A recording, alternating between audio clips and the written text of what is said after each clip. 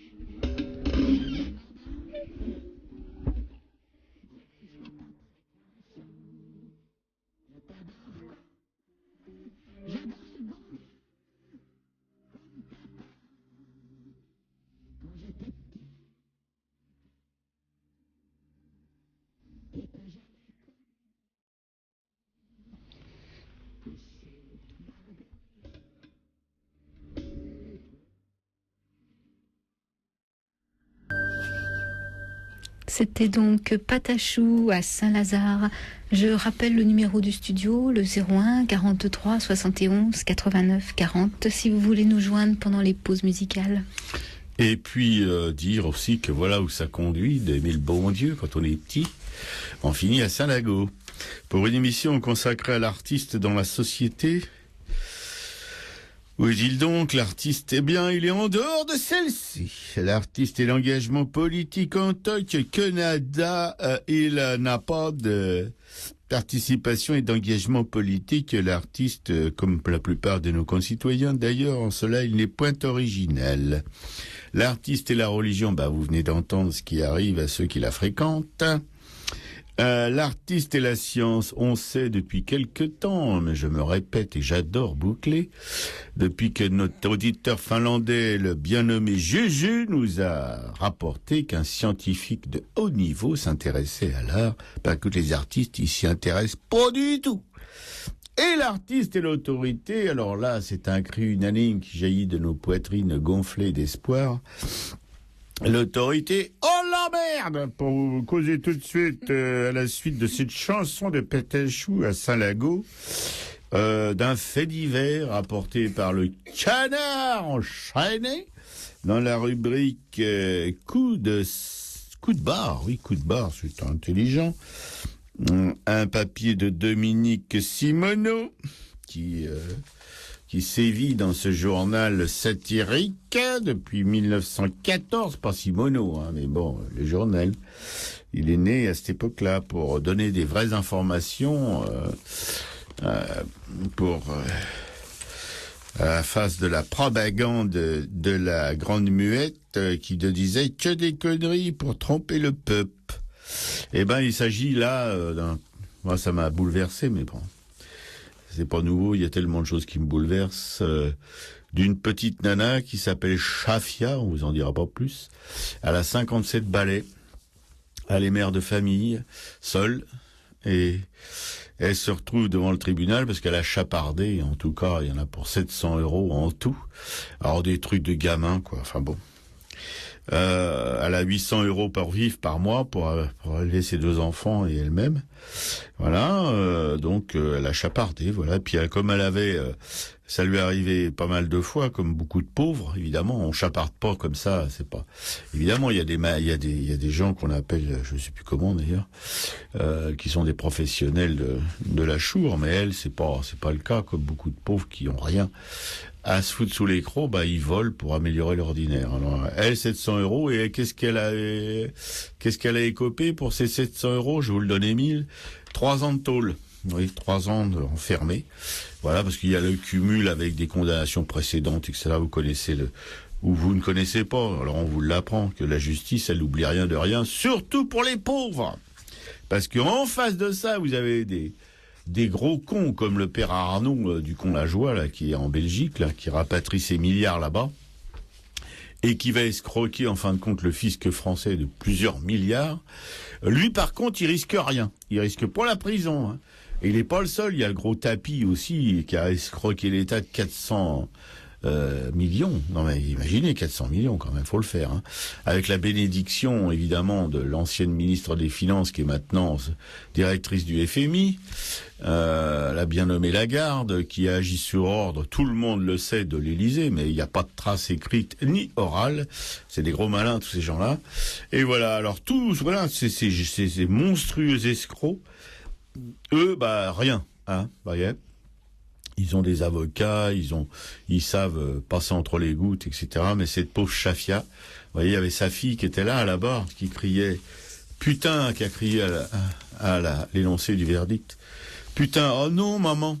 Et puis elle s'est précipitée vers sa maman qui est toute petite, qu'on voyait même pas dans le box des accusés. Il y avait juste une petite touffe de cheveux qui dépassaient, vous voyez le genre, quoi. Et la proc, une belle blondasse, là, qui vraiment, mais alors tous ces gens-là, ils sont issus de milieux en général extrêmement favorisés. Ils ont jamais connu les fins de mois difficiles, élever des mômes sans argent. Sa petite fille qui disait oh non putain maman, pas ça quoi.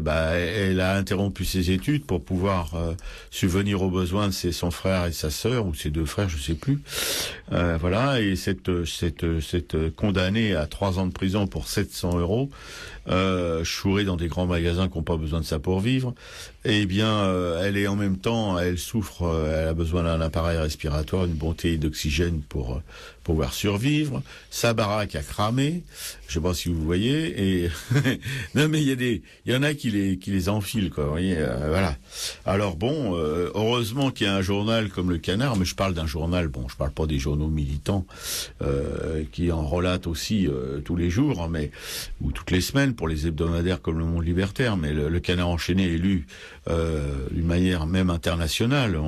Dans tous les pays du monde, il y a des dépôts de canards enchaînés. Moi, quand j'ai vécu longtemps en Angleterre, et j'allais le chercher dans la petite boutique de l'Indien du coin là, qui avait un dépôt de presse. Quand le canard enchaîné publie des informations comme ça, vous voyez, ça a quand même un certain impact, et donc c'est bien aussi d'en parler et de coup de chapeau à ce magazine, décrié par ailleurs et par ici, mais qui quand même est toujours dans une espèce de regard sur la société assez, enfin vraiment, je pense vraiment très nécessaire dans le monde dans lequel on vit, quoi. Voilà, parce que qui va parler de Chafia par le canard enchaîné? Je pense que personne, aucun journal, aucune radio et encore moins aucune télévision ne publie tant que c'est pas des meurtres en série, que c'est pas des viols au coin d'un bois, etc. C'est-à-dire le quotidien des pauvres, vraiment des très pauvres, des miséreux. On n'en parle pas, quoi. Ça fait pas vendre du papier. Voilà, c'est tout ce que je voulais vous dire pour ce matin. Je pense que vous n'allez pas être déçus non plus par le papier de Piquet-Cou, qui est très gai aussi. Voilà, alors si toi tu parles de Chafia, moi je vais parler d'Hector Lubutà. C'est pareil, Hector Lubutà qui doit être inconnu pour la plupart de nos auditeurs et du public en général. Donc, quand emploi précaire rime avec vie précaire, que la justice vient de reporter au 11 juin un procès prévu pour le 8 janvier, que l'inculpé pour homicide involontaire s'appelle Gilles de Robien et que la victime sans particules s'appelle Hector Lubutà, jeune homme décédé il y aura 11 années le 22 février. Un père qui attend depuis toutes ces années pour faire son deuil que la justice reconnaisse les causes du décès de son gamin de 19 ans. Alors les faits... Au début des années 2000, sur l'ancienne citadelle d'Amiens est lancé un chantier d'insertion que les élus vantent volontiers comme le plus grand d'Europe.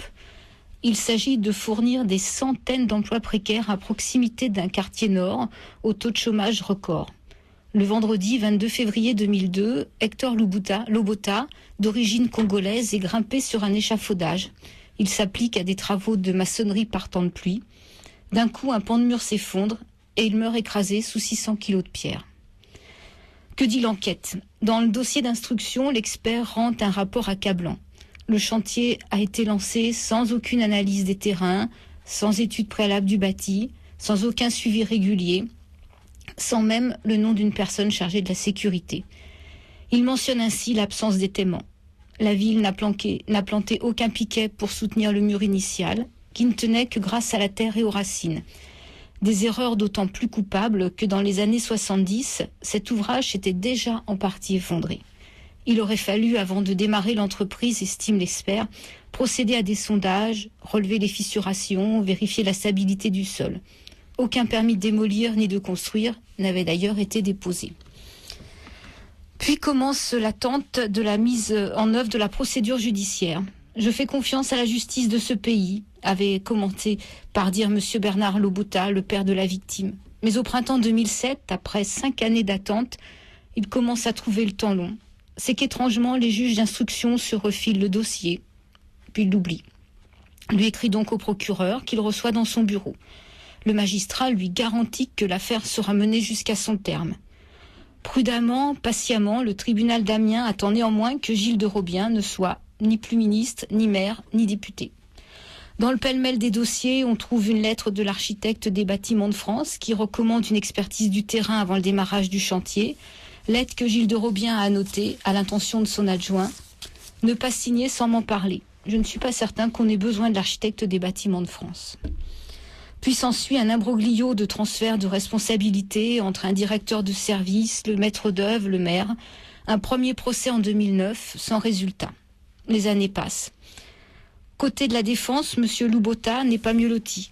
Il avait choisi en première instance une avocate amiénoise.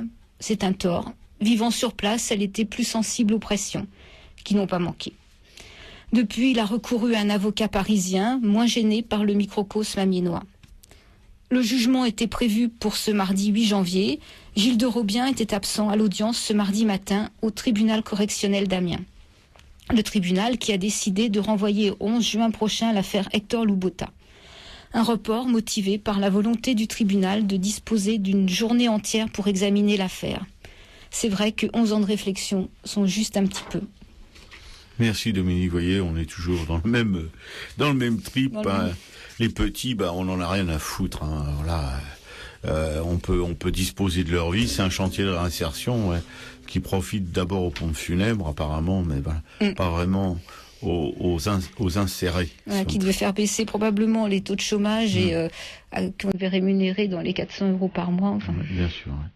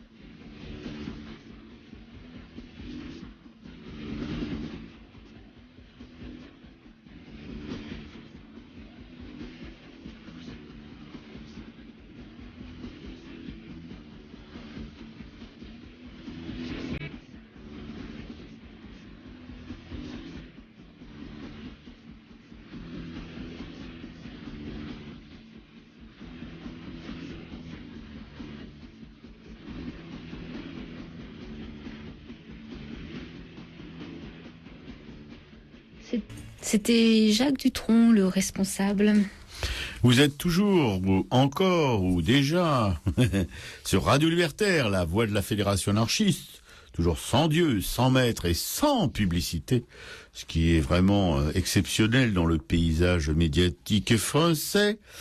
C'est à Racaille, oui, la 192e, avec notre camarade Pichechou à la régie, qui assure le maximum pour que vous écoutiez cette émission dans un confort audio parfait. Notre Jean qui nous manque, mais qui devrait arriver vers les 11 plombes et demi dans ce studio pour évidemment vous en mettre plein les oreilles avec sa culture immense. Et tout de suite, on va vous parler. Moi, c'est moi qui fais le commentaire écrit par notre Jean, Nouvelle École de Paris. La Nouvelle École de Paris par Guy Dormand. Je pense que c'est ça, oui, Guy Dormand. Alors, Guy Dormand a écrit nombre de très belles petites monographies sur ces peintres qui refusèrent de se conformer aux standards de l'ère Malraux et composèrent ce qu'André Malraux baptisa la Nouvelle École de Paris. La réputation de ces artistes étant aujourd'hui au plus bas, peut-être pas pour rien d'ailleurs. Je suis toujours sympa avec les gens. Des monographies n'ont jamais été rééditées. Et il y a pourtant parmi eux des rapins de grand talent à redécouvrir. Vous allez pouvoir en juger avec les quelques extraits que va vous lire notre camarade Pichechouch à la régie et qui a une voix d'hôtesse de l'air. Sur Lucien Ardenne. Bâti en force, rude d'écorce comme ses Ardennes natales, auxquelles il a emprunté son nom d'artiste, ce costaud promis au laurier du sport et du combat dissimulait la fleur bleue d'une vocation qu'un hasard découvrit sur le tard. Voilà comment éclot la tendresse de ce peintre des banlieues ouvrières. Sur Roger Bézombe. Ne serait-ce pas dans la seule école qu'il est assidûment suivi, l'école buissonnière, que ce riverain de la Seine a puisé ce goût passionné de tous les au-delà, de tous les embarcadères. Sur Bernard Buffet. 5 années ont suffi pour que, à peine entré dans l'histoire, la légende s'empare de lui. Pire même, l'obsédante, l'infantile, l'imbécile publicité qui hissa un pâle et secret adolescent fou de son art au rang des monstres sacrés de la comédie universelle. Qu'importe, quiconque suit Buffet dans les métamorphoses de sa facture, plus ou moins modulée, plus ou moins graphique, plus ou moins colorée, ne peut douter de se trouver face au labeur énorme d'un peintre témoin hors série et d'une personnalité exceptionnelle. Ouais. Sur Jean Commère. C'est dans les ateliers de sculpture que se forma ce peintre entre les peintres, dont le dur métier de vivre, la guerre, les années au sein de la douceur angevine, l'intime contact avec la nature et jusqu'aux longs mois de détention furent pour lui l'école décisive, celle où il fortifia ses dons innés par le culte et la pratique fervente du dessin. Sur Roger Forissier. Ses voyages à l'étranger semblent avoir, ô semi-paradoxe, renforcé son goût pour les ciels mouillés et les berges grises de la Seine.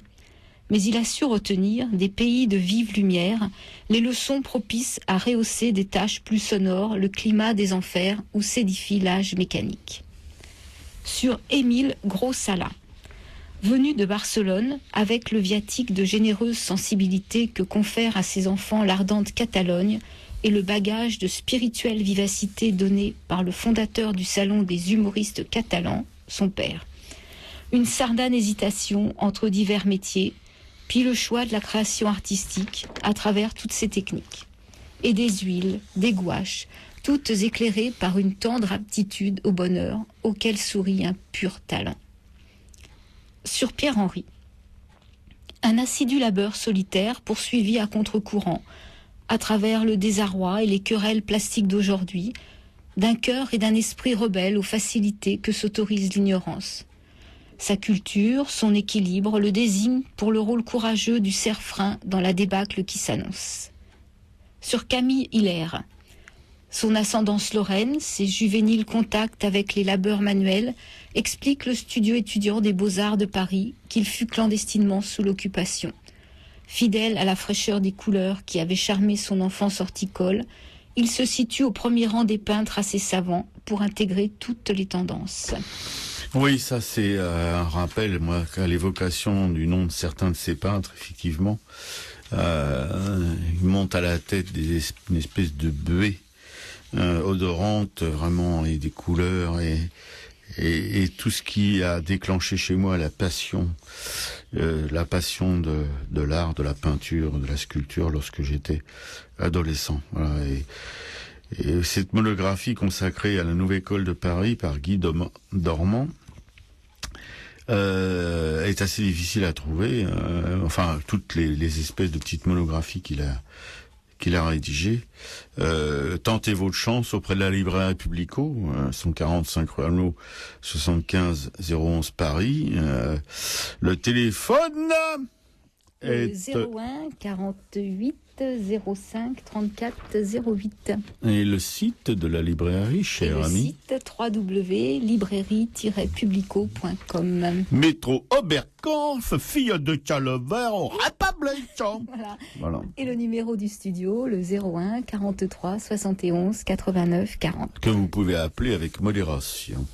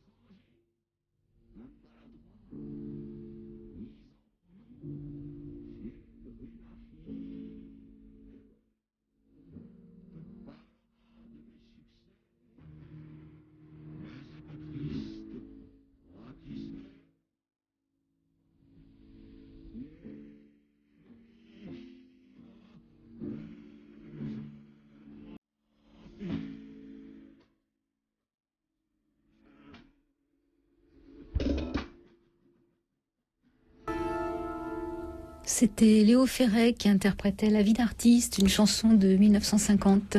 Sur Radio Libertaire, la voix de la Fédération anarchiste, sans Dieu, sans maître, sans pub, racaille, pique et coup, Jean et Shlomo. Oui, je continue ma vie d'artiste. Voilà, là moi c'est ce que je fais régulièrement depuis quelques décennies quand même, et toujours aussi dans la patouille. J'ai déjà usé 2 campagnes qui sont parties dans les vertes prairies du Grand Manitou. Voilà, elles ont entendu cette chanson pendant des années. Voilà, comme les compagnes de beaucoup d'artistes qui, sans elles, n'auraient pas poursuivi leur carrière plutôt je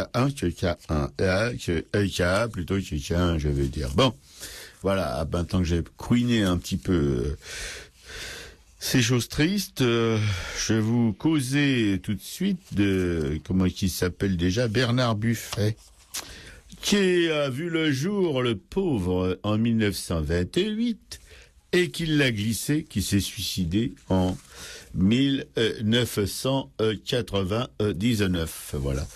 Et avec un humour assez macabre, il s'est recouvert la tête d'un sac en plastique noir avec son nom dessus, son nom. Bernard Buffet était imprimé sur ce sac en plastique noir. Il se l'est collé sur la tête et il est mort, évidemment, asphyxié dans son air, vicié. Voilà, il paraît que c'est une mort douce, d'ailleurs, assez euphorique. Voilà, on plane, c'est une manière de planer. Enfin, et pourquoi il s'est suicidé? Eh bien, parce que il était atteint de la maladie de Parkinson. Déjà, c'est pas réglé pour un peintre, pas forcément parce qu'on a la blablotte, on n'a pas forcément la blablotte quand on a la maladie de Parkinson, mais parce qu'on a des moments de déprime terribles, enfin voilà. Et puis il s'était cassé le bras droit, le bras avec lequel il peignait, il travaillait, et il ne pouvait pas supporter de ne pas peindre, parce que ça se remettait très mal, à cause encore, paraît-il, de sa maladie de Parkinson. Il paraît que les os se ressoudent mal quand on est atteint de cette pathologie, et voilà. Et donc, alors en pleine, évidemment, c'est un peintre qui travaillait énormément, mais depuis très jeune, qui a été connu, qui a été lancé en quelque sorte, si on peut appeler ça comme ça. C'est pas une marque de lessive, mais bon, c'était quand même comme ça qu'on l'évoquait. Il était par Berger, qui adorait sa peinture, qui devait adorer Buffet aussi, qui est un beau gaillard un peu androgyne. Et il était connu, il a commencé sa carrière, une peinture qu'on appelait misérabiliste, que j'adore, moi, c'est toute mon adolescence, Bernard Buffet. On était plusieurs copains, on voulait devenir des peintres, on se la jouait, et alors notre truc c'était Buffet, quoi. Alors on était complètement fondus d'amour pour ce mec-là, parce qu'il faut dire que cette période misérabiliste c'était quelque chose d'extraordinaire, une espèce de simplicité extrême, peu de couleurs, un graphisme qui foutait toutes les conventions en l'air, des épures, quoi. On est allé il y a quelques mois avec ma camarade Piché qui est dans la régie, qui veut bien parfois m'accompagner dans les musées, parce que j'aime pas trop aller traîner dans les musées, mais là, bon, on est allé au musée d'art moderne, un musée fabuleux qui est très peu fréquenté apparemment, au Trocadéro, là, et il y avait une exposition Bernard Buffet avec des collections de Garnier, etc., et des donations, des dations aussi. Et donc il y avait vraiment des grandes peintures de sa période misérabiliste, et c'était vraiment enivrant. Enfin, même ma camarade, qui est pas forcément, voilà, et ben elle était bouleversée aussi. Et puis depuis, je pense que ça a déclenché quelque chose chez elle, quoi, parce que là, elle essaye de me griller au poteau de la connaissance de l'histoire de l'art. Alors déjà que Jean, lui, il me grille, mais alors maintenant je vais être grillé par Dominique. J'avais vraiment le nunuche de cette émission. Bon, enfin bon. Voilà, on a vu, donc, on est allé aussi, toujours avec mes camarades. Moi, j'ai besoin d'une nanny en ce moment. Vous savez, je rajeunis pas, quoi. Alors, elle me tient le bras, quoi, pour pas que je tombe. Ça m'empêche pas de tomber, d'ailleurs, mais bon.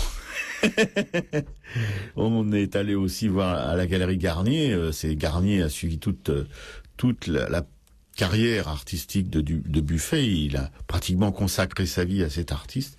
C'était un peu triste, d'ailleurs, cette galerie, parce que c'est dans un quartier très chicos. là-bas, à côté des champs, là, dans une rue perpendiculaire, et on sent que la galerie qui a été vraiment une galerie très riche, cossue, mais alors tout s'était un peu fané là-dedans. Les velours des canapés, tout ça était un peu rapinos. Bref, c'était très triste. Parce que la peinture de Buffet est pas franchement guette, mais alors là, c'était pas... Mais enfin, il y avait quand même des belles peintures de sa période misérabiliste aussi, parce que après, enfin, de mon point de vue, parce que j'ai vraiment tout connu de Buffet, ses dessins, ses sculptures, ses peintures, ses gravures, et voilà. Et j'ai jamais retrouvé dans la suite de son évolution cette espèce d'état de grâce de ses débuts, enfin quand il était très jeune, hein, il sortait des Beaux-Arts, hein, c'était quand même quelqu'un de très doué de sa génération, qui était tout de suite, comme on le disait dans le papier là, qui était tout de suite au sommet, quoi, trop tôt peut-être. En tout cas, Berger l'a lâché à partir du moment où il a évolué vers autre chose que sa période misérabiliste, et je peux comprendre Berger en même temps que je pense que c'est un gros salaud, mais enfin bon, c'est vrai que c'était son apogée, quoi. Il a jamais fait mieux. Ah, mais c'était quand même un peintre. Il n'arrêtait pas de peindre.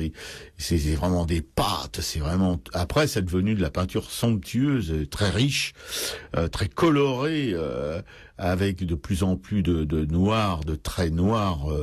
Enfin, c'était très. Non, graphiquement, c'est magnifique. Mais bon, moi, j'étais pas. Ça me touche pas. Voilà.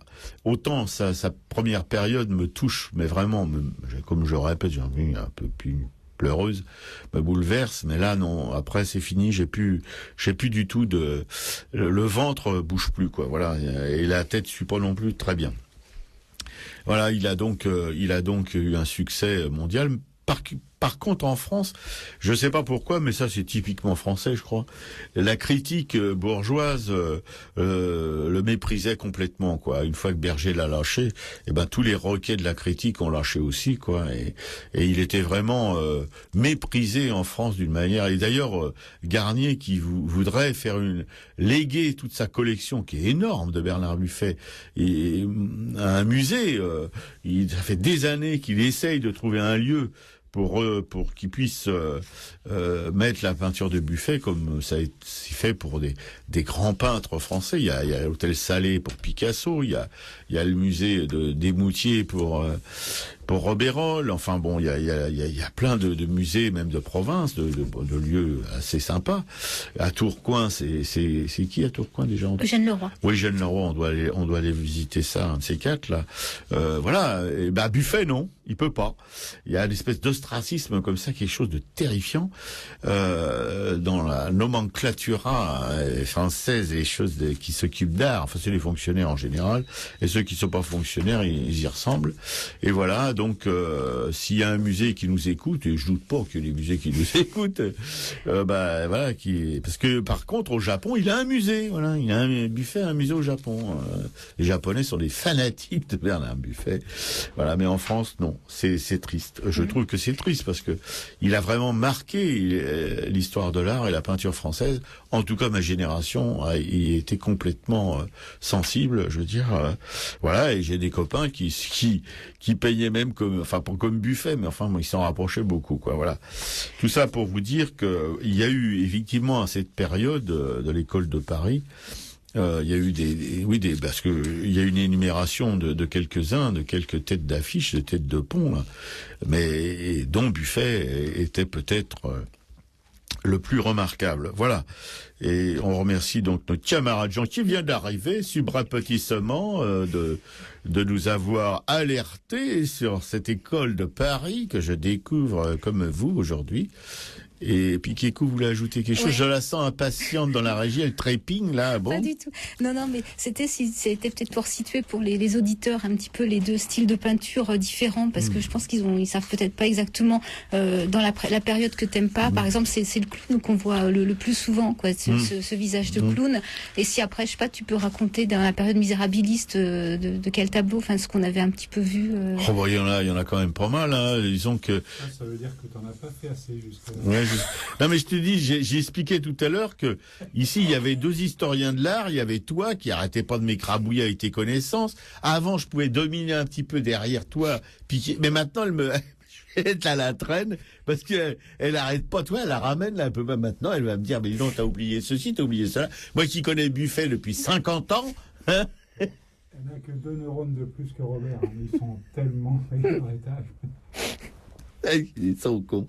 Voilà. Oui, ce que je peux dire, c'est que la période misérabiliste, il y a des grandes peintures on voit Bernard Buffet avec une table, un poulet. Enfin, il a dessiné des poulets, des casseroles, des couverts d'une manière qui n'avait jamais été très stylisée, très graphique, avec des traits noirs, etc., avec des fonds un jaune un peu lavé, un peu sale, des fonds unis, striés de traits, soit avec la hampe du pinceau dans la pâte, soit avec des traits de traits noirs, enfin, etc. C'est dépouillé, c'est nu, il y a l'essentiel, mais c'est des personnages très fins, très stylisés, ultra maigres, des nanas, vraiment, vous n'avez pas envie de vous coucher sur leur ventre parce que en pensant que vous allez vous faire des bosses, quoi. Voilà, tout est dans ce style-là. Comme lui d'ailleurs. Oui, comme lui. Quand il est devenu célèbre, hein, il était. Avant de devenir célèbre, il était squelettique. Où ça a démarré. Ouais. Puis après, c'est devenu un gros patapouf, comme sa compagne. Annabelle. Voilà, je lui laisse dire, parce vous la verriez dans la régie, elle tient pas en place. C'est pas vrai. Annabelle, pareil, qui lui ressemblait, qui était aussi androgyne que lui. Je pense que c'est pour ça qu'ils se sont aimés. D'ailleurs, ils n'ont pas dû se faire beaucoup de mal, tous les deux. Dépend, hein. Ils n'ont jamais eu d'enfants, ils en ont adopté 2, par contre. Ils Voilà. sont blessés dans les angles aigus. Oui, et qu'est-ce que je voulais dire d'autre comme bêtise? Oui, Annabelle, que Piquet-Cou adore, ça, elle est fondue d'amour pour Annabelle, mais c'est vrai que quand elle était vraiment très belle, mais après la mort de son mari, elle est devenue totalement alcoolique. On a vu des photos d'elle, c'était terrifiant de voir la transformation du physique. C'est un peu comme Signoret à la fin de sa vie, quoi, tu vois. Voilà. Mais les histoires, les vies d'artistes, évidemment, quand on vit pendant 50 ans avec Bernard Buffet, ça laisse des traces, quoi. C'est pas quelque chose je peux l'imaginer, en tout cas. Voilà.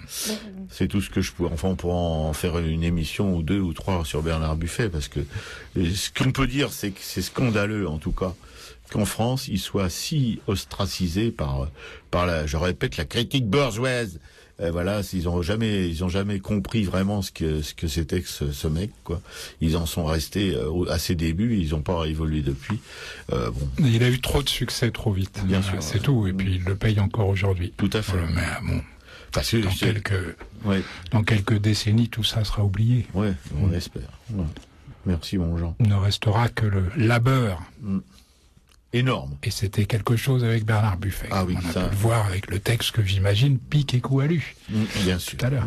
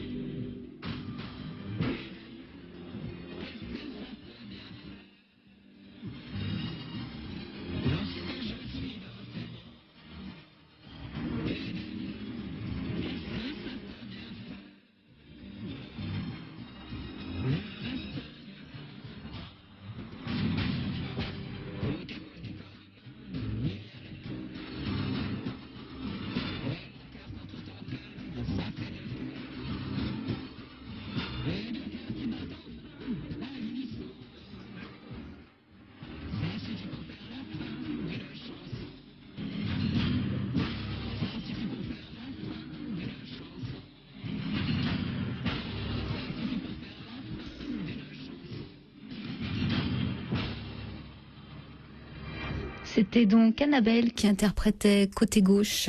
Sur Radio Libertaire, la voix de la Fédération anarchiste, Sadio Sabetso Pub, à accueille la 192e avec Piquet Coué, les Réginaux de Jean qui est arrivé.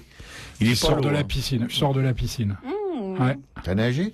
Ah non, je nage pas, mais je fais des exercices. Mais alors, c'est une démocratie de la misère physique. Oh putain. Tu vois, c'est super. T'as 4 pauvres mecs en maillot de bain dans une piscine grande comme, disons, à peu près le studio, là, tu vois, et je peux te dire qu'il n'y a plus de classe sociale, là. Ouais, c'est assez marrant. Il y a Marek, plombier tchèque, qui habite Bagnolet. Il y a Antonio, chauffeur-livreur portugais. Il y a le directeur parisien d'une des plus grandes banques mondiales, tu vois. Ah, d'accord. Et puis moi, juste un peu en dessous. Et c'est marrant parce qu'on commence, ça fait quand même 2 mois et demi que j'y vais tous les matins, tu vois, et on commence à échanger des vannes du genre intouchable, tu vois. Ça tourne quand même beaucoup autour de nos handicaps, tu vois. Alors ce matin, par exemple, il y en a un qui dit, il y a Pierre qui dit à Marek, mais ça fait longtemps qu'on n'a pas vu Louis. Tu vois. Et moi, illico, je dis, non, il est parti à l'équarrissage il y a 1 mois, tu vois. Et tous les 4 de rire comme des bossus dans la flotte. Et tu sais ce que ça donne, des bossus qui rient dans la flotte? Ça fait des bulles, Robert. C'est bête, hein. C'est vraiment bête. Ça m'a rappelé cet aphorisme de Terry Pratchett, tu sais, cet écrivain, je sais plus, je crois qu'il est américain ou britannique, je sais pas. En tout cas, aux États-Unis comme en Grande-Bretagne, il est pratiquement aussi connu que Tolkien, hein, c'est presque de ce niveau-là. Et qui disait, dans chaque vieux, il y a un jeune qui se demande ce qui s'est passé. Excuse-moi, Piquet, c'est à toi. Alors, moi, je vais vous parler de Maria Helena Vieira da Silva, qui est née à Lisbonne en 1908. Vieille peau. Oui, je crois que Robert aime pas trop son boulot, mais bon, tant pis. Et qui est décédée en, je sais plus, en 1992. Par contre, Piquet-Cou adore son boulot.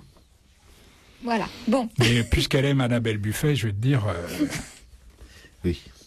Elle aime les filles à cheveux courts, Piquet-Cou. Yes. Peut-être que Vera da Silva, je connais pas bien, en fait. J'ai pas vu de photos d'elle. Ah si, ouais. Moi, j'ai vu que des photos d'elle, plutôt sur la fin de sa vie. Donc, que des petits films sur la fin de sa vie. Donc, elle est née donc à Lisbonne en 1908. Cette ville située entre 7 collines qui descendent en pente douce vers la rive droite du Tage, qui s'entrelacent, s'enchevêtrent, s'embrouillent de petites places trapézoïdales, coniques, cylindriques, concaves, convexes, ravinées, bosselées de ruelles fuligineuses, poudreuses, anguleuses, ondulées, escarpées. Eh ben, dis donc, Piquet-Cou, et qu'est-ce qu'il nous fait, là? D'habitations carrées, rectangulaires, de taille inégale. Elle est élevée dans l'odeur des œillets, sur les bords du Tage, au son des rythmes des vagues de la mer et du fado. Elle vit une enfance heureuse dans une famille nourrie de musique et d'art. Son père meurt lorsqu'elle n'a que 2 ans. Elle dessine dès l'âge de 11 ans et sculpte à 16 ans. Elle fait de nombreux voyages avec sa famille qui l'ouvre à l'art. Sa mère l'encourage dans cette voie-là. En 1928, elle s'installe à Paris.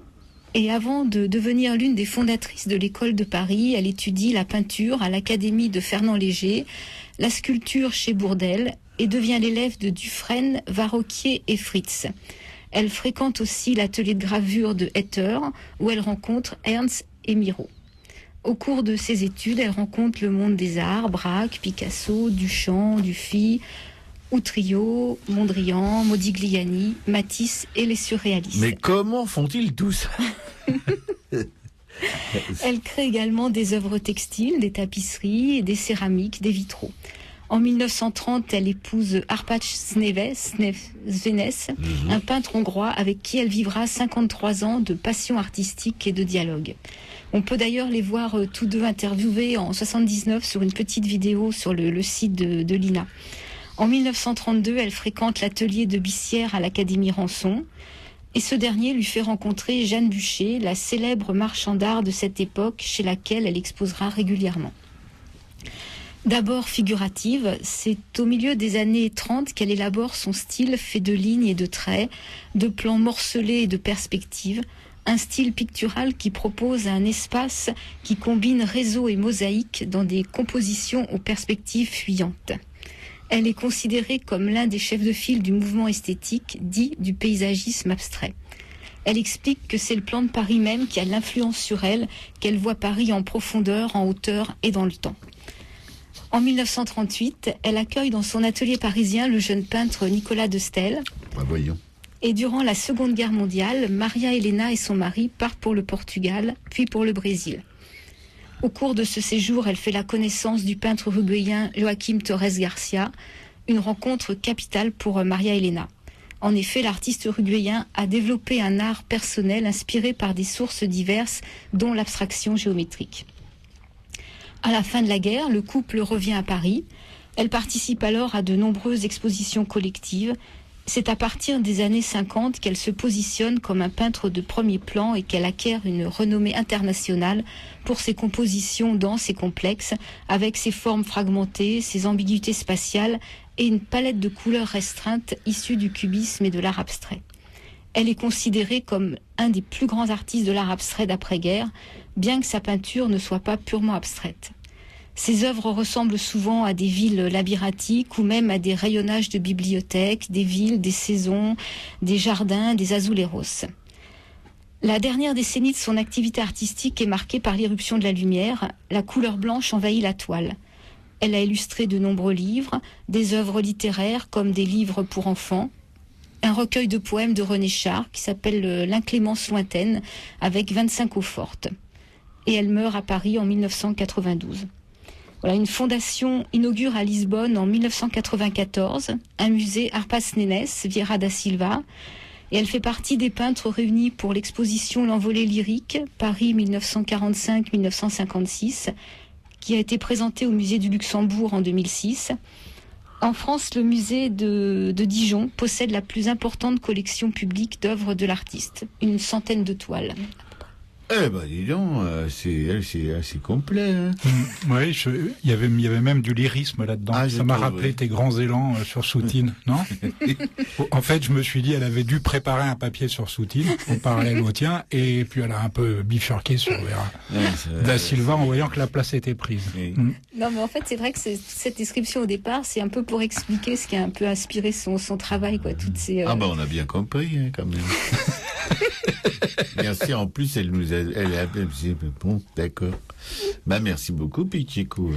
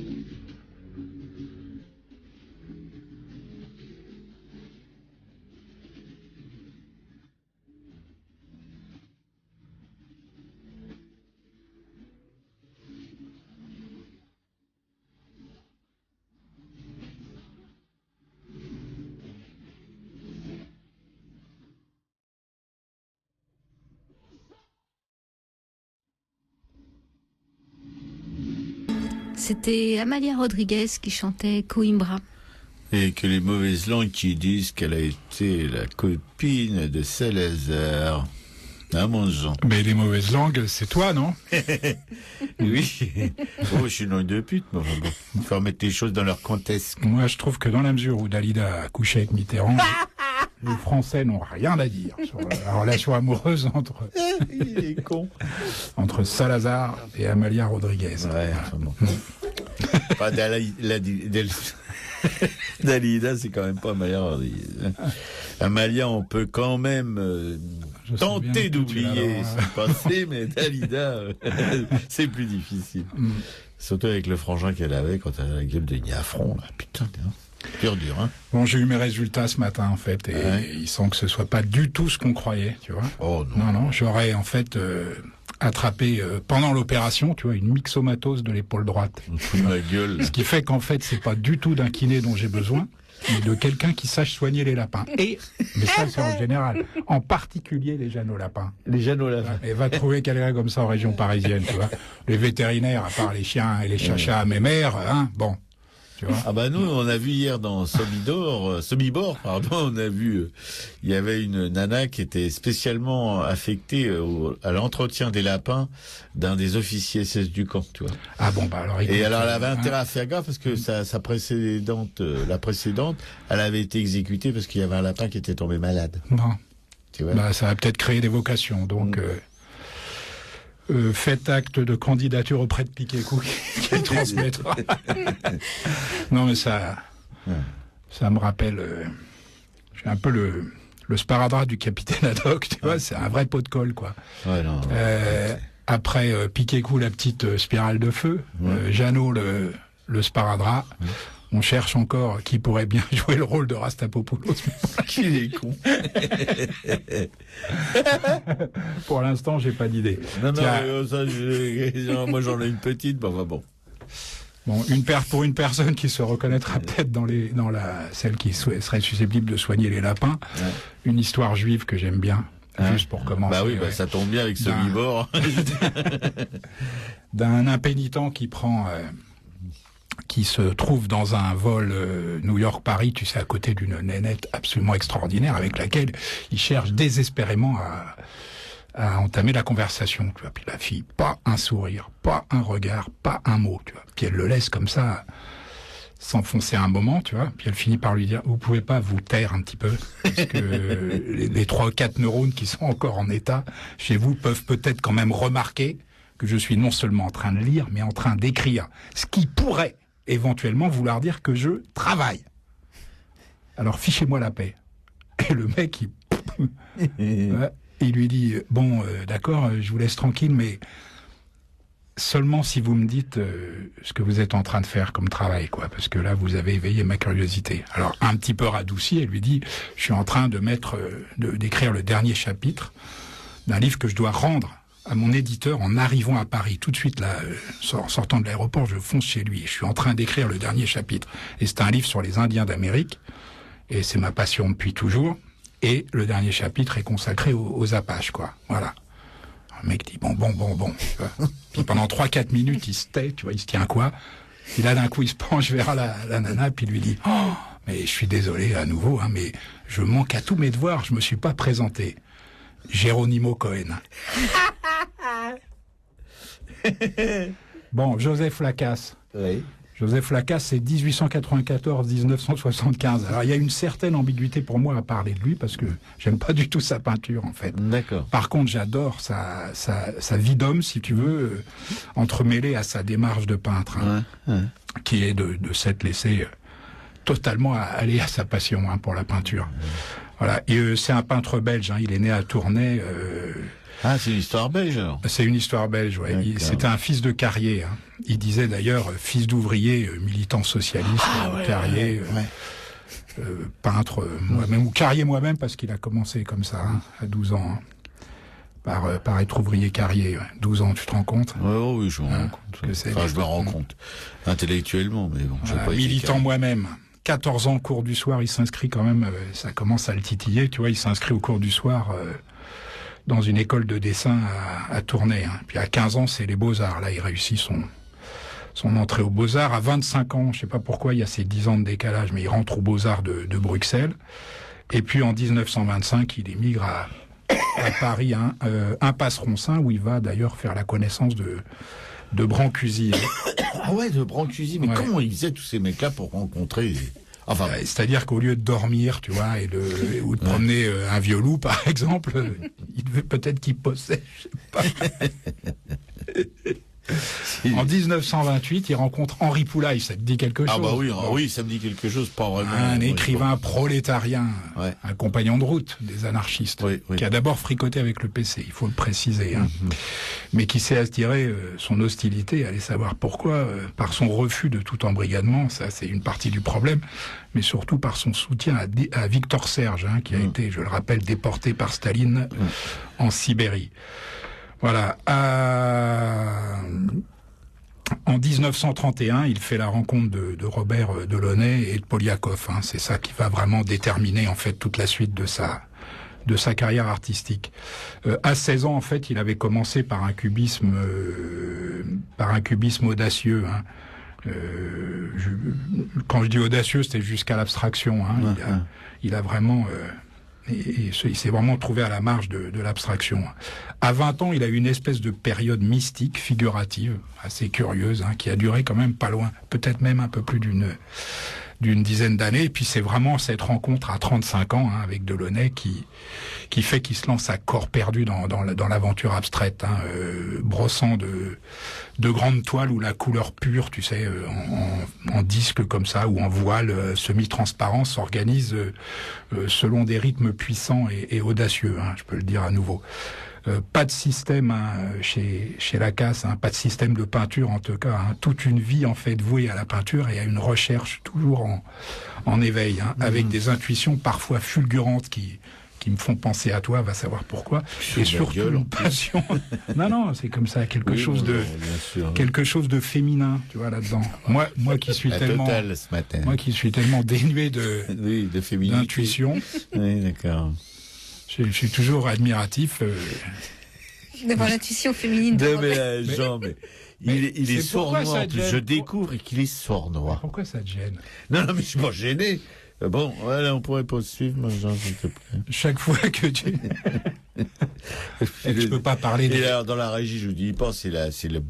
mais je peux pas parler non plus des molettes piqué-cou à chaque émission. Bon...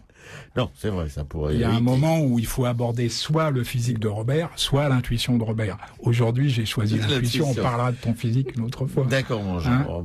D'accord. Bon, mais j'aimerais savoir un petit peu ce qui se passe avec ton Chaque fois que je me demande, en fait, ce qui me bouleverse chez toi, c'est la réponse. La réponse fuse, c'est l'intuition. Une intuition que j'ai peut-être rencontrée supérieur, disons, chez une seule personne, mais bon, j'en dirai pas plus. C'est de pire en pire, hein, je veux dire, ça s'arrange pas la rééducation. Hein.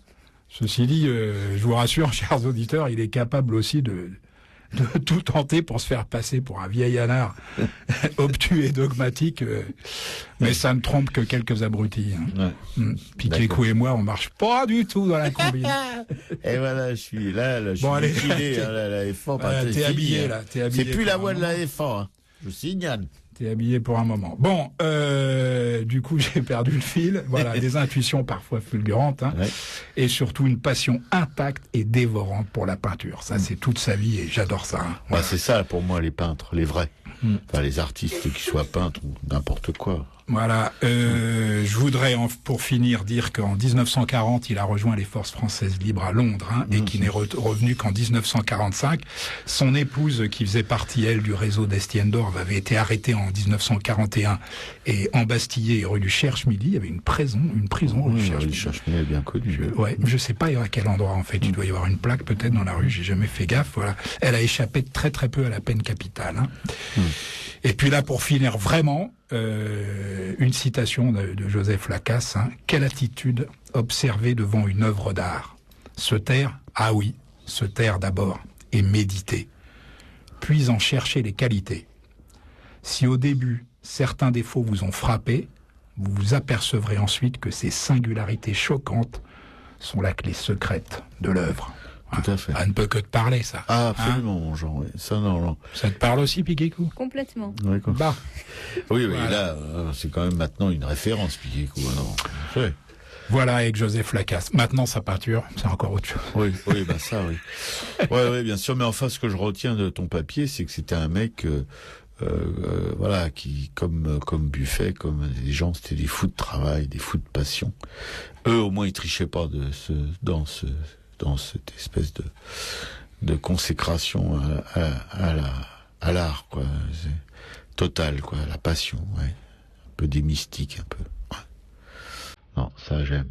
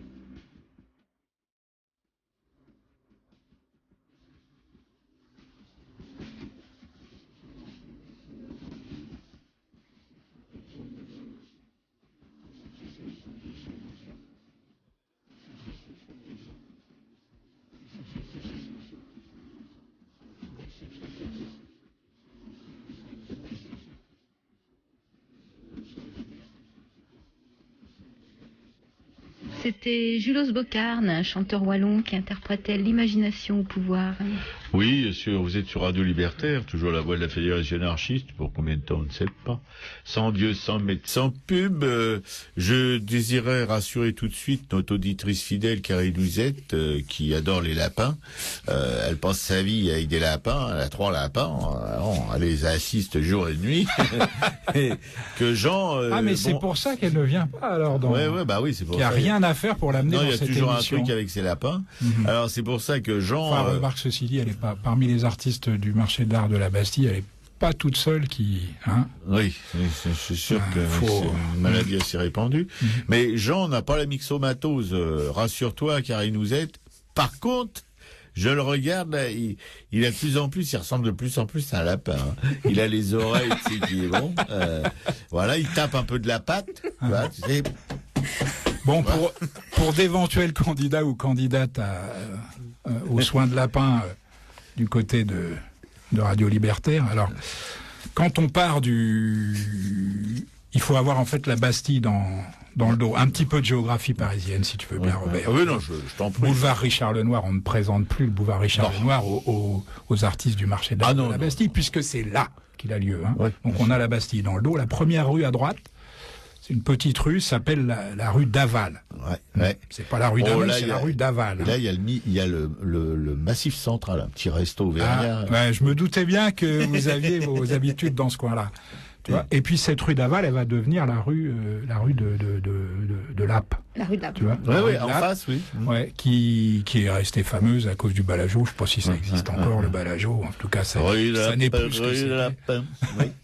Voilà, mais juste avant de devenir la rue de Lappe, elle croise une rue, tu comprends comme ça, et qui remonte jusqu'au Père-Lachaise. Ouais, c'est quand même pas compliqué.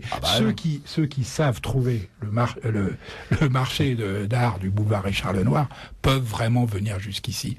Ils n'ont pas d'excuses. Ah, c'est vrai. Bon. En plus, il y a un tonneau de pommade que je laisse dans la régie, aussi bien moi que Piquet-Cou, que Robert. Bien sûr. Peut l'utiliser. Je vais pas en venir, mais bon, il n'y a pas de souci. Tu vas direct. Hein. Bon, car il nous aide. Ça peut être des soins croisés, c'est ce que je voulais dire. Hein, voilà. Bon. La première expo à ne pas manquer, c'est Ville de Raymond Depardon. Ça, c'est au carreau, avenue des Trois Fontaines à Cergy, 95 000. Je n'irai pas jusque-là, moi. Jusqu'au 3 avril 2013, c'est valable cette expo. Ouais. Il a commencé en fait à photographier la ferme familiale à 12 ans. Ah oui, ça c'est un vrai pébour, ça, il n'y a aucun doute là-dessus. Vous pourriez échanger vos photos, toi. Non, j'ai échangé avec lui il y a quelques décennies. Ah bon, d'accord. D'où cette dent un peu carriée, oui. Ah, d'accord. Bon. Avant de faire de ce passe-temps un métier, de cofonder l'agence Gamma, puis d'intégrer Magnum en 1979. Grand reporter, mais aussi cinéaste, un documentariste et photographe attentif et attendri d'une France rurale que l'on voit trop souvent sans la regarder, Robert. Bien sûr. Il paraît en tout cas, c'est lui qui le dit. Hein. Ça doit être vrai. Il s'est aussi passionné pour les villes du monde. Comme pour ses photographies de la France, Depardon a choisi de rester en dehors du spectaculaire et de l'exotisme, de se fondre pour cela dans la population. Sa méthode, aller vite comme les piétons de ces villes pour respecter l'itinéraire de leur vie quotidienne. Comme j'étais acteur et marcheur, il me fallait sans cesse ne pas regarder, photographier, sourire et disparaître, raconte-t-il. C'est ce corpus de 108 images, au total, que présente le carreau de Cergy, dans une scénographie divisée en 12 espaces-villes. On y retrouve le regard du voyageur, son goût prononcé pour l'instant et le spectacle du monde. Et puis Trésor de l'art modeste, ça c'est au Miam de Sète, tu connais ? Non. 23 quai du maréchal Delattre de Tassigny, c'est donc 34 200, c'est dans l'Hérault, et c'est valable jusqu'au 17 mars 2013. On a dit que de temps en temps, on ferait des annonces pour des expos qui ont lieu un peu en dehors de Paris ou de la région parisienne. Tout à fait. Non, parce qu'il semble que je suis allé à Sète et j'ai été voir, j'ai été visiter un musée là où il y avait des Di Rosa, c'est ça. Ah, c'est là. Tu connais donc le Miam. Ouais, c'est ça. Ouais. Tu vois. D'accord. Ouais. Et puis jamais pris en défaut. Wow, l'art modeste, en fait, se situe aux frontières de l'art populaire, brut, singulier ou encore naïf. Il y a un petit peu de tout ça. Fasciné par ces objets du quotidien, totalement affranchis d'intellectualisme, il faut le préciser, mais plein d'imagination, suscitant un plaisir esthétique réel et se fichant du mauvais goût. L'artiste Hervé Di Rosa et l'artiste collectionneur Bernard Belluc ont ouvert en 2000 le MIAM, le Musée donc international des arts modestes. Donc tu y étais en quelle année, je sais pas. Bon. Depuis sa création, le musée a présenté le travail de plusieurs centaines d'artistes du monde entier. Cette particularité illustre un des traits de l'art modeste, le lien entre objet, exposition et collection. Le MIAM invite à découvrir ou redécouvrir ces collections, en particulier des œuvres, et des objets qui, du fait de leur ampleur ou de leur fragilité, sont rarement montrés. Au premier rang de ces trésors, il y a la Caravane, archétype du voyage imaginaire. Voilà, il y a tout un tas de caravanes comme ça. C'est très marrant dans cette expo. Je rappelle pour ceux qui ne le savent pas que Hervé Di Rosa, c'est un natif de Sète. Ouais. Voilà. Et à Sète, il y a maintenant qui a son atelier, l'autre Zozo là, qui est contemporain Di Rosa là, tu sais qui. Combas, oui. Combas, oui, d'accord. Figuration libre aussi. Ouais, il a son atelier maintenant à Sète. Et lui, il est né aussi à Sète. Ah bon, je ne savais pas ça. Si, il est né à Sète. Il a son frère d'ailleurs qui est marin-pêcheur, Sète, artisan pêcheur. Ouais, je l'ai vu. D'ailleurs, j'ai vu récemment des photos de Combas. Il était devenu un vrai patapouf, hein, et maintenant il est squelettique. Il a fait une cure de désintox probablement. Ça doit être l'aïoli et le rosé. Non, comme ça peut paraître bizarre, mais quand tu ne prends que ça, il paraît que tu maigris. Ah, d'accord. Je dis ça au cas où il y aurait dans ce studio des amateurs de mayonnaise, mais sans doute que non. Hein. Ah, l'aïoli surtout, ouais, j'adore l'aïoli. Ah, bon. Un petit resto à Marseille, rue Nationale, là. Oh la vache, en face l'ancienne sucrerie, ou toujours sucrerie, je me souviens plus. On est avec mon pote Fifi, un petit rat de Marseillais pour les ouvriers. À chaque fois, on prenait la yoli, quoi. Oh la vache, c'était tout simple, tu vois. Des poissons bouillis, des légumes bouillis, puis avec la yoli. Oh là là là. On s'en met une ventrée. Bon, et maintenant, il faut qu'on se trouve un resto qui puisse nous faire ça ce midi. Ça va pas être simple. Ah ici, non, hein. ça va pas être simple. Non, là, c'est sûr que, surtout comme celui qu'on fréquentait dans ce coin-là, qui était vraiment vraiment un rat d'ouvrier, quoi, tu vois. Chez Marius. Je sais pas, non, ça aurait pu.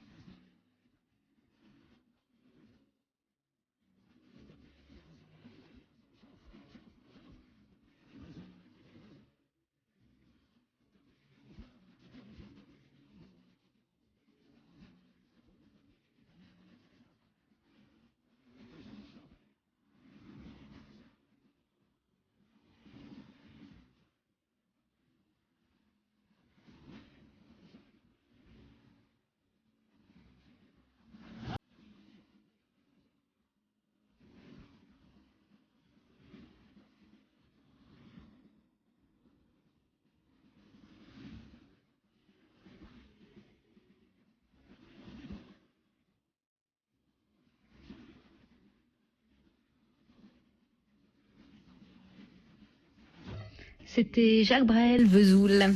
Sur Radio Libertaire, la voix de la Fédération anarchiste, sans Dieu, sans maître, sans pub. Piquet-Coup qui est mobilisé par les téléphones entre les pauses musicales et qui déborde les pauses musicales. Elle vient de raccrocher d'ailleurs. Au pif d'un auditeur, c'est pas très bien, Dominique. Non, mais elle s'en sort pas, ça. Elle s'en sort pas, oui. Ça sonne de tous les côtés. Ah, ça sonne. On a un succès. Ah!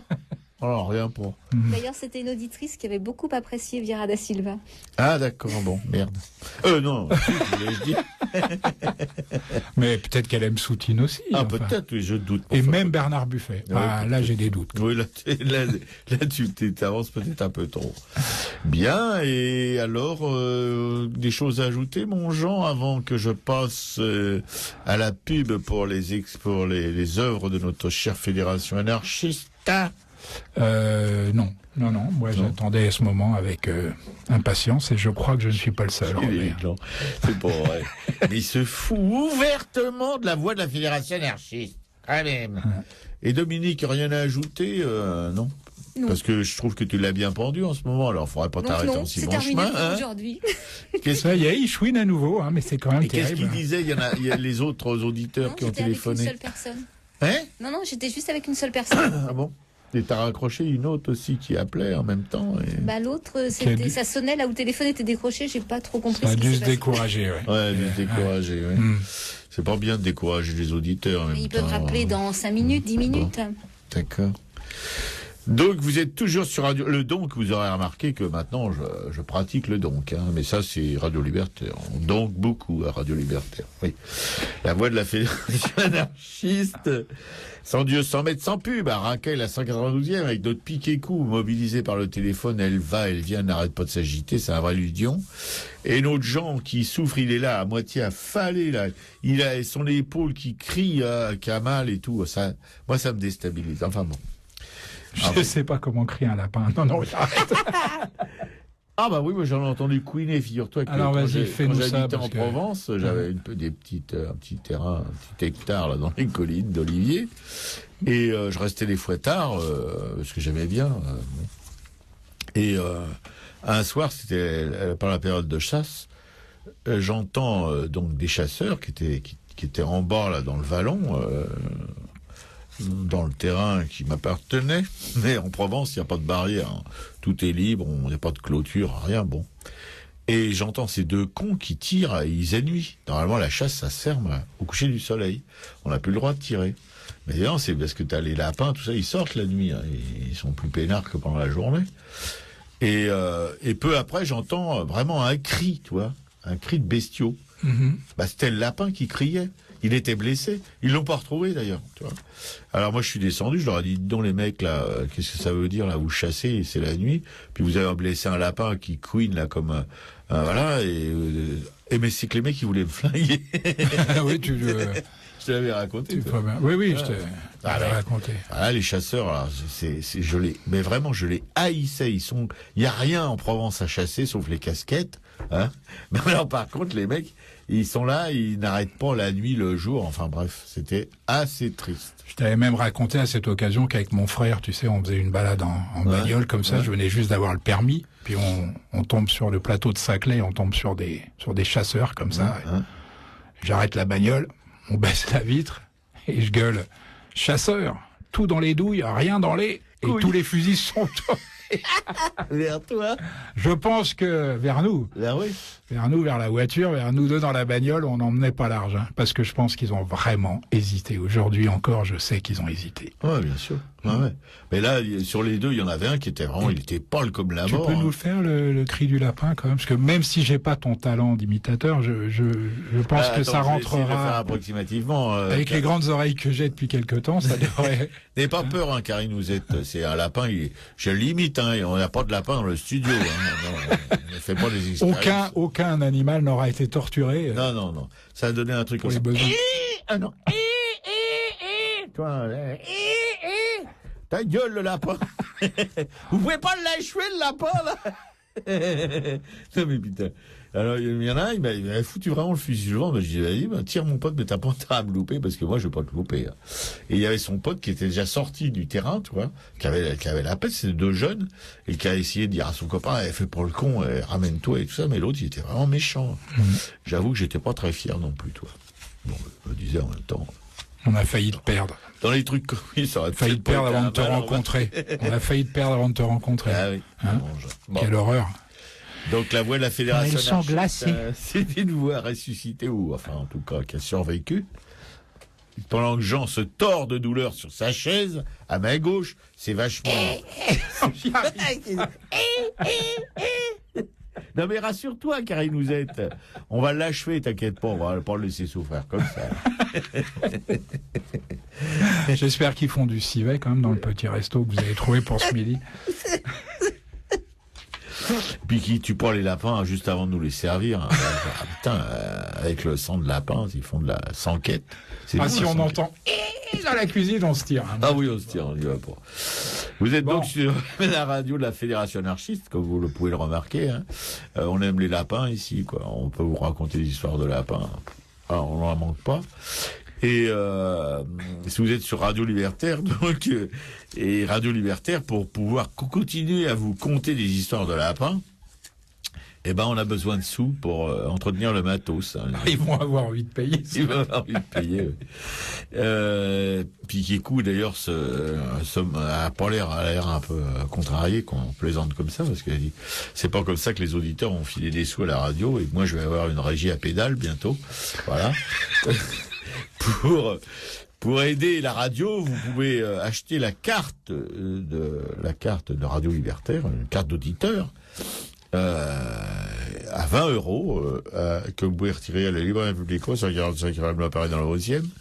Métro, Oberkampf, Fille du Calvaire ou République, c'est bien le micro. Voilà.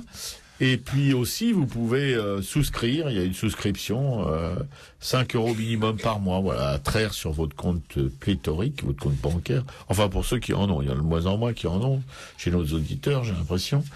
Et puis aussi, vous pouvez devenir ami de l'association de Radio Libertaire. Voilà, tout ça, c'est évidemment payant, hein, si vous avez les moyens. Sinon, bah, écoutez... C'est pas grave, hein, vous n'avez pas à culpabiliser, hein, c'est pas vous qui êtes responsable de notre avenir. Seule chose qu'on vous demande, là où par contre vous êtes responsable, c'est de nous écouter. Voilà. Mais si vous voulez bien nous écouter en même temps, le passage obligé, c'est un peu d'aider la radio à pouvoir entretenir son matos, parce qu'on a des camarades techniciens compétents qui mettent ça toujours, qui réparent, qui machinent, qui achètent, qui gèrent tout ça. C'est un boulot considérable. On a de la chance d'avoir des camarades qui sont de ce point de vue-là pointus, de ce point de vue-là. Et ce point de vue-là seulement. Un peu, oui. Enfin, bah, on reconnaît quand même que c'est vraiment des gens qui s'investissent. Le jour comme la nuit, on peut les appeler 24 heures sur 24, ils répondent. Voilà. Maintenant, j'ai passé assez de pommade aux camarades techniciens. On va passer à la Librairie Publico pour passer de la pommade aux camarades permanents, Laurent et Max, qui gèrent cette librairie. On va l'appeler maintenant Publico Résistance, la librairie la librairie du monde libertaire, parce que vous avez parlé la semaine dernière d'une librairie catalane à Barcelone, qui existait depuis 60 ans, plus que ça, mais presque un siècle, et qui a dû fermer, une librairie où Federico García Lorca officiait, etc., et d'autres beaucoup plus impliqués dans la vie politique catalane, entre autres rôle je me souviens plus très bien du nom, enfin qui était un membre du POUM qui a été assassiné sur ordre de Staline pendant la guerre d'Espagne. Voilà. Donc une librairie comme celle-là va être convertie en McDo, et c'est infiniment triste.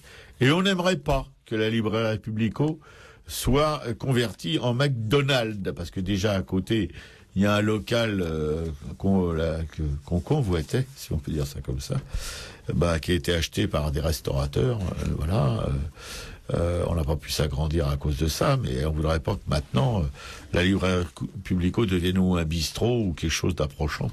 Voilà, qu'elle reste une librairie, et c'est peut-être le rôle d'une librairie anarchiste de résister de toutes ces petites forces face à la prégnance des grandes surfaces du livre ou des grandes choses internet du livre comme Amazon et compagnie, qui tuent évidemment les petites libraires indépendantes. Les éditeurs ne sont pas non plus vraiment recommandables dans ces histoires, qui font pas vraiment d'efforts pour faire vivre les librairies. Voilà, l'État n'en parlant même pas.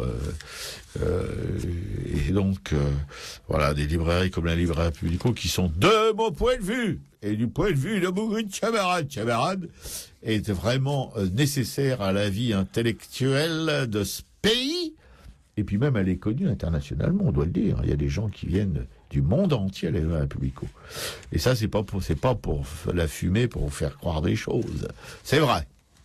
On a même, nous, un auditeur de cette émission qui est venu spécialement de Toulon, et ça on le sait parce que c'est Laurent qui nous en a parlé, ça l'a même marqué, Laurent, qui était venu parce que on parlait régulièrement, Jean, après ses textes sur des artistes ou des auteurs d'ouvrages concernant l'art, vous en parle tous les mardis, et on fait cette petite pub à la fin de l'émission aussi pour Publico.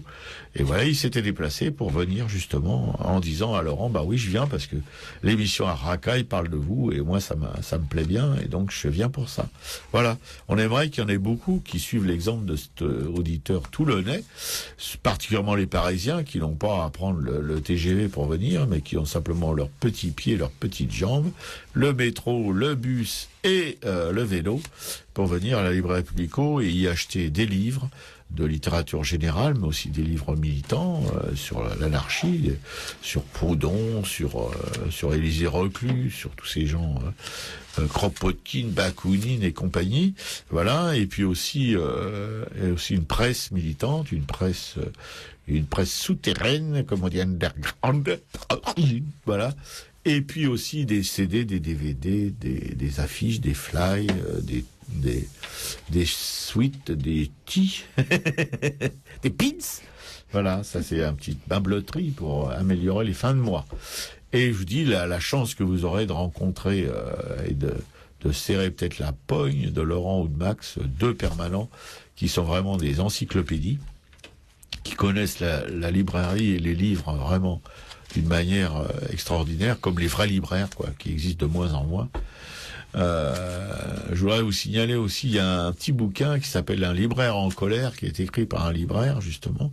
C'est un tout petit bouquin en format de poche, qui parle justement des conditions de travail et de vie de la petite librairie et de la dégradation de leurs conditions, justement un peu aussi à cause des grands éditeurs qui maintenant donnent comme consigne à leurs représentants de vendre des livres qui sont choisis par eux et de pas tenir compte des désirs et des souhaits des libraires, quoi, de pas les accompagner comme ça se faisait avant, où les vendeurs étaient des gens qui connaissaient parfaitement les livres de leur maison d'édition, qui pouvaient en parler, etc., et qui pouvaient conseiller les libraires sur tel ou tel livre. Ça existe encore pour quelques petites maisons d'édition, mais les grandes maisons d'édition, non. Maintenant, c'est rentabilité. Voilà. Alors donc, les librairies Publico, 145 rue Ramelot, apparu dans le 11e métro Berconfie du Calvaire en République. Bon, Jean. Et puis, la librairie... Publico, oui, 145 rue. Et puis le Monde Libertaire, l'hebdomadaire de la Fédération anarchiste, qui paraît toutes les semaines comme les hebdos, quoi, évidemment. Et à quelle date? Je pense que c'est le mercredi, mais j'en suis pas persuadé, parce que moi, que je suis abonné, je le reçois mercredi, le jeudi, le vendredi, le samedi. Enfin bon, c'est pas de la faute du Monde Libertaire, c'est de la faute de la Poste. Mais pas que de la Poste, parce que aussi, si vous voulez, la presse militante voilà, comme ça, est soumise à des pressions de presse salisse, successeurs des NMPP, une boîte privée, quoi, qui c'est rentabilité aussi, puis les petits ils en ont rien à battre, ça leur coûte de l'argent, puisqu'avant les NMPP, leur mission issue du Conseil national de la résistance, c'était que les grosses publications assuraient pour les petites publications. La diffusion des petites. Voilà, voilà, parce que pour avoir une pluralité de l'info, pluralité de l'info. Tu vois, c'est tellement passé de mode que tu n'arrives même pas à le dire. Non, mais entre nous, chers auditeurs, je vous gaffe peut-être avec mes histoires, mais bon, il faut quand même en parler, parce que bon, même si j'en parle tous les mardis, et pour ceux qui sont fidèles de cette émission, ça va commencer à leur gaver les oreilles, mais pour ceux qui arrivent, qui nous découvrent aujourd'hui, c'est nécessaire de le faire. Et comme il y en a qui arrivent, qui nous découvrent à peu près tous les mardis, donc vous n'avez pas de peau, les vieux, là, vous allez vous gaver ça encore pendant pas mal de temps. Enfin, le temps notre émission existera, en tout cas. Ce qu'on espère le plus longtemps possible. Mais on touche du bois. Bon, voilà, j'ai fait mon petit business, mon Jean. Ça, j'aurais pas touché la table, hein, pour non, toucher du bois. Elle branle. On peut pas dire là un non, jour. Puis, je sais pas, j'aurais essayé de trouver du bois, quoi. Du vrai bois. Ouais. Et ça va à ma tête, si tu veux. Je pensais justement à ça. Mais je préfère que ce soit toi qui le dise. Bon, les copains, copines, on va nous terminer cette émission. On vous dit au revoir, en vous remerciant de nous écouter. On va aller, après l'émission, on va aller se torturer un petit menu dans un petit restaurant. Qu'on vient de découvrir. Un civet de lapin. Désolé, hein, Karine, vous êtes, mais enfin, les lapins, il faut bien les manger aussi, hein. On va pas laisser ça au corbeau, quand même. Bon! Merci notre camarade Pichekou qui a assuré le but de cette émission. Ouais. Moi, je voulais juste ajouter une soirée blues à Publico, vendredi soir à 19h30. Donc la vedette, c'est Etta James, qui sera vedette de pas lui-même puisqu'il est décédé, mais qui sera l'objet de la soirée blues à Publico. Ah d'accord. Mon Jean, alors. Salut à tous. Ah ouais, mon Jean, tu fais le mini là, faut pas pousser non plus. Bon. La semaine prochaine, je vous raconterai des histoires de vieux dans les piscines et tout. D'accord. Ça va être pathétique. Ouais, non, enfin, je peux vous rappeler encore une fois, vous allez me dire, ouais, mais notre Jean, qu'est-ce qu'il devient? C'est pas gai. Tu sais pourquoi il n'y a pas de jeunes, en fait? Non. Pratiquement, qu'on est tous vieux. Ouais. Parce que les jeunes, ils cicatrisent tellement vite qu'ils restent pas, quoi. Ah ouais. Non, bien sûr, tant mieux qu'il y ait les jeunes au moins qui. Elle est pas belle, la vie? Pas vraiment pour les vieux, mais enfin bon. On est négligé, quoi. On essaye de nous exterminer par tous les moyens possibles. Enfin, on résiste, hein. Faites gaffe, hein, les mecs. Hein. On va pas décramponner comme ça. Hein. À la semaine prochaine, au revoir. Ah ouais, on a un peu débordé parce que notre camarade Laurent de Wreckins-Mess, des musiques, comment déjà? Mon Jean. C'est pas vrai. Cocktail de musique radicale. Ouais, un cocktail. Et notre Laurent sera pas là ce mardi. Il sera pas là ce mardi prochain. Il revient après. Et puis aussi, on fait un coucou à notre Thierry de Blue en Liberté, qui est toujours comme Jean rééduque et qui souffre en silence parce que évidemment il serait là, on l'entend. Lui il souffre en silence. Non, mais des fois il nous téléphone. Là, il nous a pas téléphoné. Bon, c'est pas lui qui ferait des. Ça, c'est un lapin qui vient de se faire plinguer. Désolé, car il nous aide, mais quand même, ça existe. Hein, donc voilà. Tu t'en remettras, j'espère.